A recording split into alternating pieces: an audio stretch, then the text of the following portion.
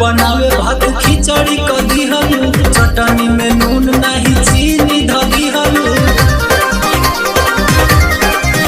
अरे कइलू बनावे भात खिचड़ी कदी हलू चटनी में नून नहीं चीनी धदी हलू। अरे दोसर घरे रहतू त सास घरे आईती मार बेला तोहे सरी आईती।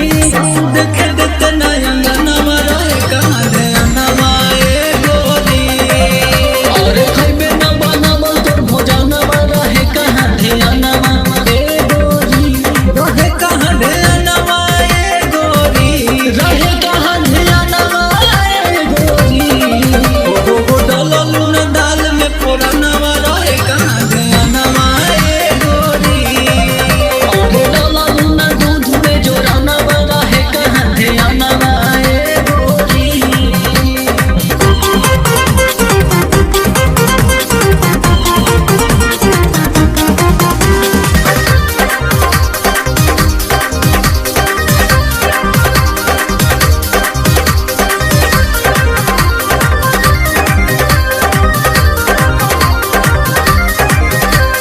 सब्जी बनावे गइलू रह गइल काचे अलुआ दबावला पथरिया में नाचे।